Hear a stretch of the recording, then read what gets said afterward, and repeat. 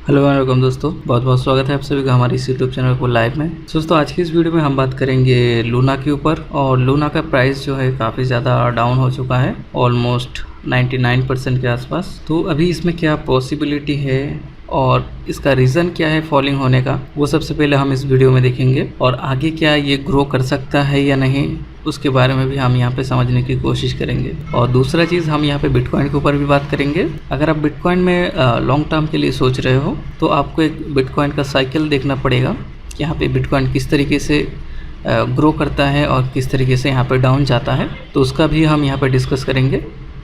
तो सबसे पहले हम यहाँ पे लूना को देखेंगे और उसका प्राइस जो है यहाँ पे फॉल करने का रीज़न को देखेंगे, और आगे क्या ये ग्रो कर सकता है उसके बारे में भी हम यहाँ पे देखेंगे इस वीडियो में। तो चलिए वीडियो को शुरू करते हैं। और सबसे पहले हम देखेंगे अपने वाइट बोर्ड को। यहाँ पे हमने ड्रॉ किया है वाई इस लूना प्राइस फॉलिंग। यहाँ पे ये टेरा इकोसिस्टम है, इधर हमने रखा है यूएसटी को और इधर रखा है लूना को। अब इसमें होता क्या है, अगर आपको यूएसटी ख़रीदना है, मान लीजिए आपको $1 का यूएसटी ख़रीदना है, क्योंकि यूएसटी जो वैल्यू है उसका $1 का ही है। तो आपने एक यूएसटी अगर ख़रीदा है तो उसका जो वैल्यू है $1, उस वैल्यू का लूना यहाँ पे बर्न हो जाएगा। लूना बर्न हो गया, यहाँ पे यूएसटी बन गया। वो इस तरीके से जैसे लूना बर्न होगा तो लूना का प्राइस भी ऊपर जाएगा, और इधर जो यूएसटी यहाँ पे बना है उसका भी मार्केट कैप यहाँ पे बढ़ता जाएगा। अब देखिए दूसरा जो दिक्कत यहाँ पे सबसे बड़ा आया है, यहाँ पे प्राइस अगर नीचे जाता है यूएसटी का जो वैल्यू होना चाहिए वो $1 होना चाहिए, लेकिन अगर उसके नीचे चला जाता है तो उसको रिकवर करने के लिए यहाँ पे लूना जो है मिंट होगा, मतलब नया लूना यहाँ पे बनना चालू हो जाएगा उस $1 को यहाँ पे मेकअप करने के लिए। ये सिस्टम चलेगा। तो यहाँ पे क्या हुआ, जो लूना यहाँ पे फॉल किया है उसका सबसे बड़ा रीज़न यही है कि यूएसटी का प्राइस जो है नीचे चला गया है और इधर लूना भी मिंट होता जा रहा है, क्योंकि काफ़ी बड़ा अमाउंट का जो है यूएसटी सेल किया गया है, जिसके कारण से जो इसका लिक्विडिटी था वो पूरा ख़त्म हो चुका है। तो अब यहाँ पे इस प्राइस को $1 में रिकवरी करने के लिए लूना तो यहाँ पे नया आता ही जा रहा है मार्केट में। तो जब नया लूना यहाँ पे आ रहा है मार्केट में तो उसको भी यहाँ पे सेल किया जा रहा है।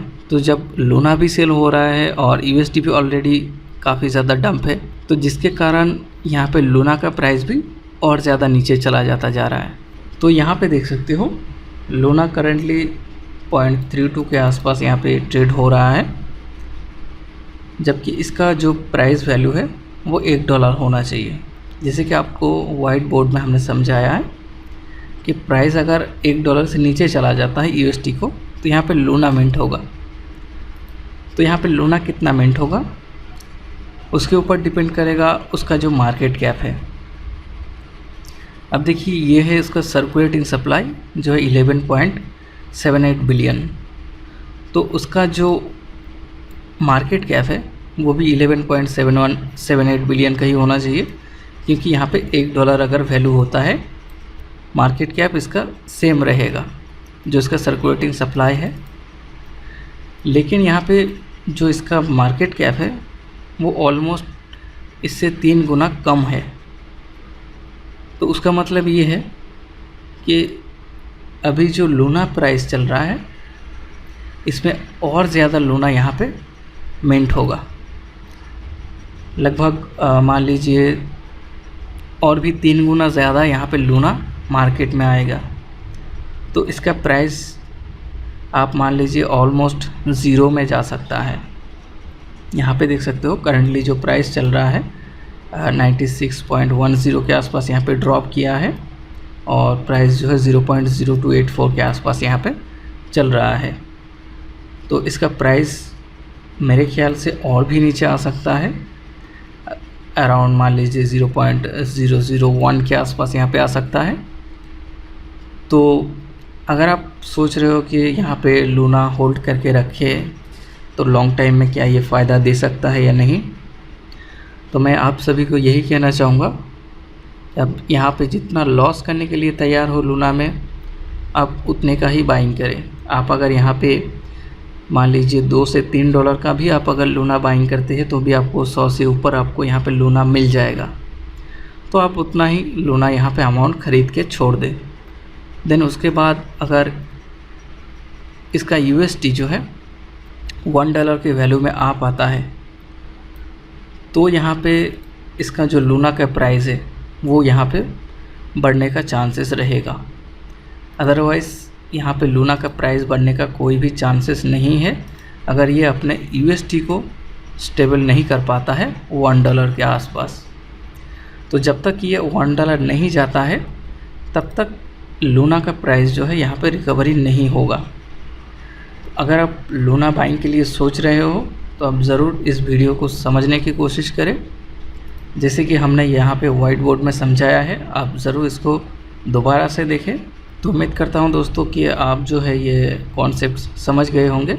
अगर आपको समझ में नहीं आया है तो आप ज़रूर हमारे वीडियो के कमेंट बॉक्स में कमेंट करके पूछ सकते हैं। और हम यहाँ पे देखेंगे बिटकॉइन का 2 इयर्स का EMA।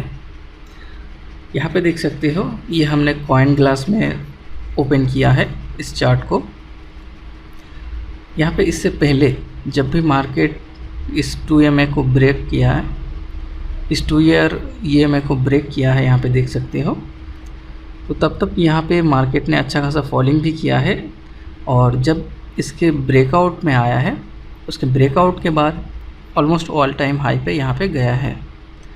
तो इसका जितने भी साइकिल है यहाँ पे देख सकते हो, ऑलमोस्ट अभी जो हमें यहाँ पे दिख रहा है, यहाँ पे 3 साइकिल बन चुका है। और यहाँ पे नेक्स्ट जो यहाँ पे साइकिल बनने के लिए रेडी है वो यहाँ पे देख सकते हो, मार्केट ने जस्ट यहाँ पे ब्रेकआउट किया है जो 2 ईयर का मूविंग एवरेज है। ओके, तो यहाँ पे ये जब तक इसको ब्रेकआउट नहीं करता है तो तब तक यहाँ पे जो BTC का प्राइस है ये हमें ऊपर जाता हुआ नहीं दिखेगा। अगर हम पिछला यहाँ पे जो साइकिल है उसको अगर देखते हैं तो यहाँ पे देख सकते हो जो प्राइस था, जो इसका लास्ट साइकिल का ब्रेकआउट आया था 5.62,000 के आसपास। और उसके बाद से यहाँ पे कितना ड्रॉप किया है प्राइस ने, ऑलमोस्ट 3.48 के आसपास आया था। मान लीजिए 30 to 40% यहाँ पे ड्रॉप किया था। उसके बाद अगर हम इस साइकिल को देखेंगे तो यहाँ पे लगभग 36 के आसपास ये ब्रेकआउट दिया है।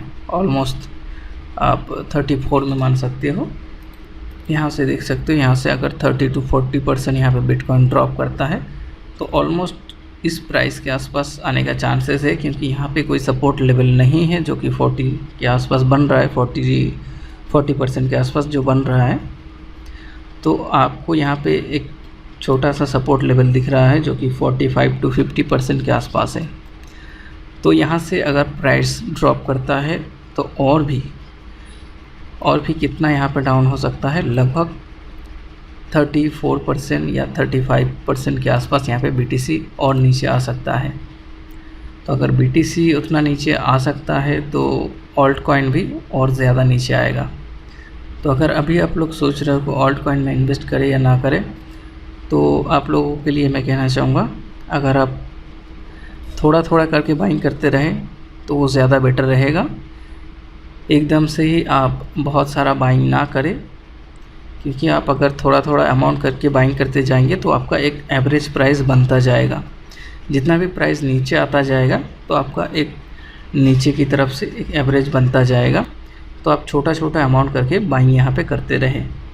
और फ़िलहाल के लिए अगर आप सोच रहे हो कि बिटकॉइन ख़रीदना है तो मैं उसको ज़्यादा सेफ़ मानूँगा कि बिटकॉइन यहाँ पे ज़्यादा सेफ़ है, क्योंकि यहाँ पे बिटकॉइन के ऊपर डिपेंड करेगा कि बाकी के मार्केट जो है वो कितना ज़्यादा यहाँ पे गिरेगा।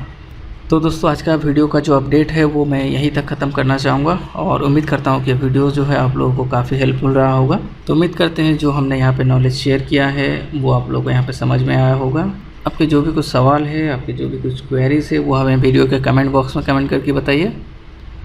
तो इस वीडियो को इतना ही ख़त्म करता हूँ। मिलते हैं बहुत ही जल्द नए वीडियोज़ में नए अपडेट के साथ। तब तक के लिए बाय बाय।